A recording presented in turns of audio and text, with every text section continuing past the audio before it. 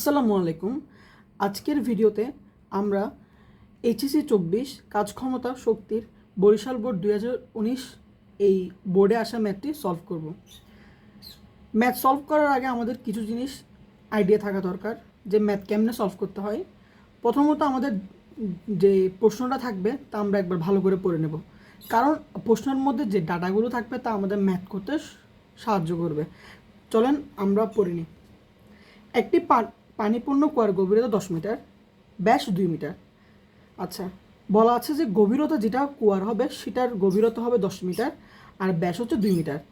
একটি পাম্প 20 মিনিটে কুয়াটিকে পানি শূন্য করতে পারে। দেওয়া আছে 20 মিনিটে কুয়াটির পানি শূন্য হয়।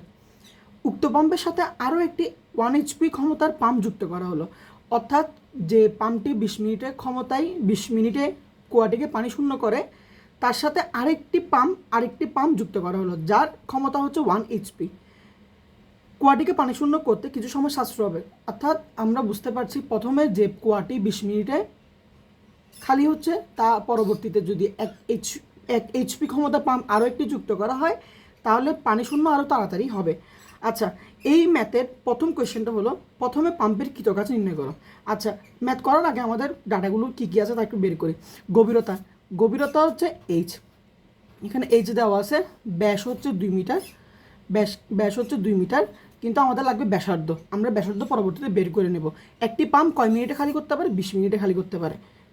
আর দেওয়া আছে হচ্ছে আরও একটি 1 এইচপি ক্ষমতার পাম্প যুক্ত করা হয়েছে। আচ্ছা, তাহলে শুরু করি। এখন প্রথমত আমাদেরকে বের করতে হবে হচ্ছে কৃতকাজ অর্থাৎ ডাব্লিউ। আমাদেরকে বের করতে হবে হচ্ছে ডাব্লিউ বের করতে হবে। আচ্ছা, আমরা জানি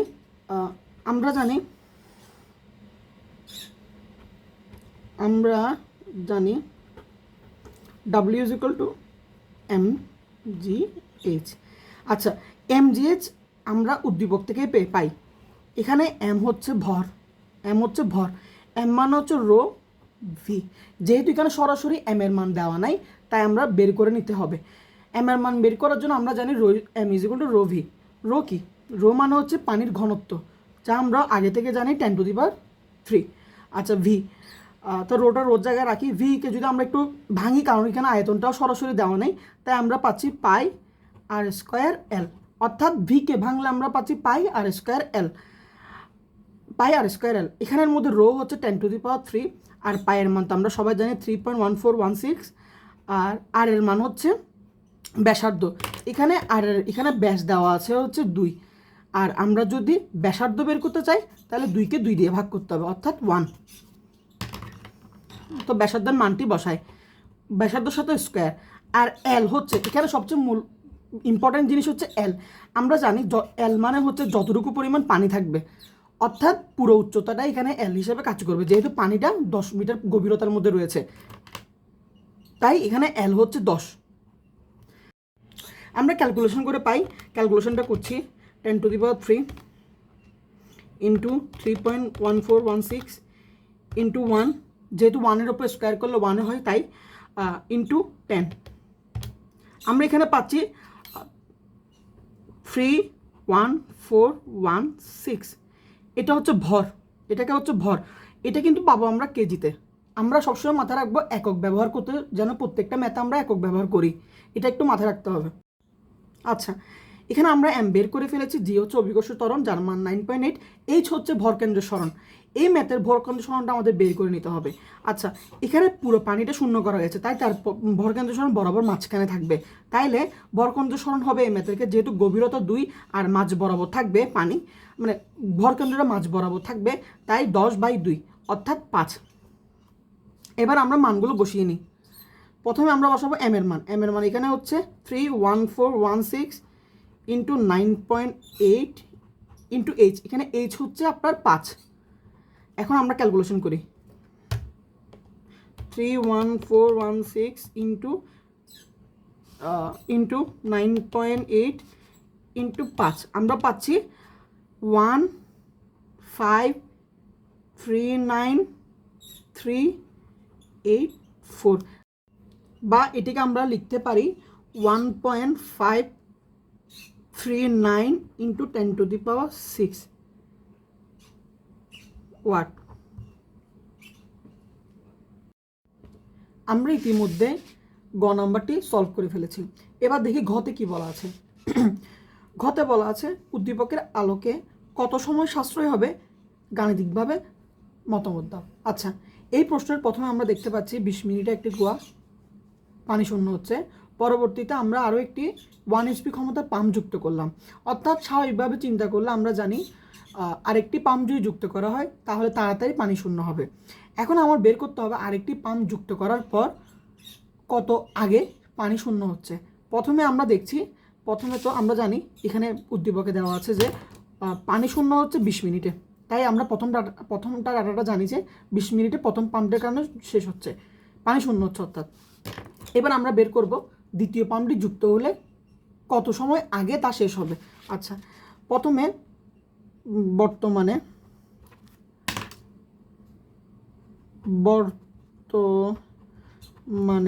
পাম্প, বর্তমানে পাম্প। আচ্ছা, প্রথমত আমাদের বের করতে হবে হচ্ছে প্রথম পাম্পের ক্ষমতা। প্রথম পাম্পের ক্ষেত্রে প্রথম পাম্পের ক্ষেত্রে P = mgh/t। এখানে mgh এর মান আমরা আগে থেকেই জানি, কারণ আমরা গতে বের করে নিয়েছি যে 1.539 × 10⁶। যেহেতু 20 মিনিটে পানি শূন্য হচ্ছে তাইলে 20 × 60, কারণ হচ্ছে মিনিটটাকে আমাদের সেকেন্ডে কনভার্ট করে নিতে হবে। আচ্ছা, আমরা মানটাও যদি বের করি তাহলে আমরা পাচ্ছি 1.539 × 10⁶ ডিভাইডেড বাই 20 × 60। আমরা পাচ্ছি আপনার 1282.5, কিন্তু এটা আমরা পাচ্ছি হচ্ছে জুলে। এখন আমাদের এটাকে এইচপিতে কনভার্ট করতে হবে। এইচপিতে কনভার্ট করলে আমরা 746 দ্বারা ভাগ করব। ভাগ করলে আমরা পাই 1.7191 HP। আচ্ছা, এখন আরও একটি পাম্প যুক্ত করলাম। আগে ছিল 1.7191 HP প্লাস, আর যেটা যুক্ত করব তা হচ্ছে 1 HP, অর্থাৎ যোগ করে আমরা পাই হচ্ছে যোগ 1 আমরা পাচ্ছি 2.719 HP। এবার যদি আমরা পাম্পটি যুক্ত করার পর সময়টা বের করি তাহলে আমরা পাবো, যেহেতু আমরা জানি P = W/T বা T = W/P। এখানে W হচ্ছে 1.539 × 10⁶, যা ইতিমধ্যে আমরা গতে বের করে নিয়েছি।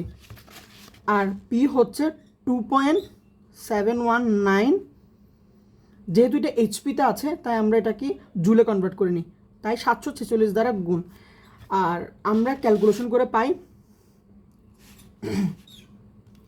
1.539 × 10⁶ ডিভাইডেড বাই 2.719 × 746।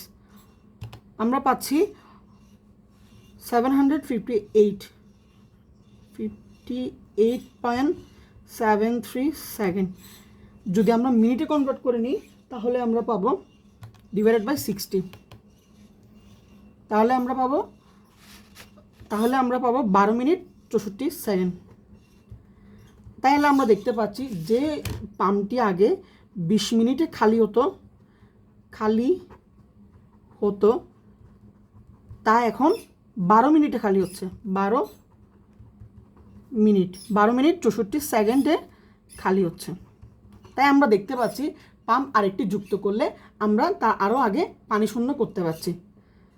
আচ্ছা, এই ভিডিওতে কোনো ভুল ত্রুটি হয়ে থাকলে কমেন্ট বক্সে জানাইও।